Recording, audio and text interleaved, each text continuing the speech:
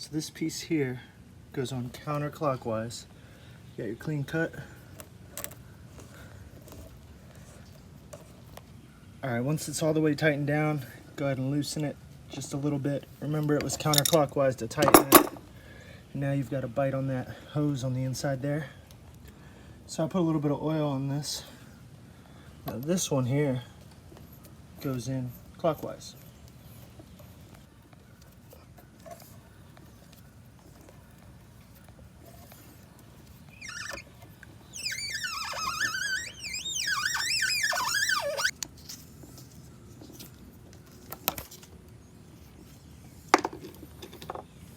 Now we're ready for the fitting.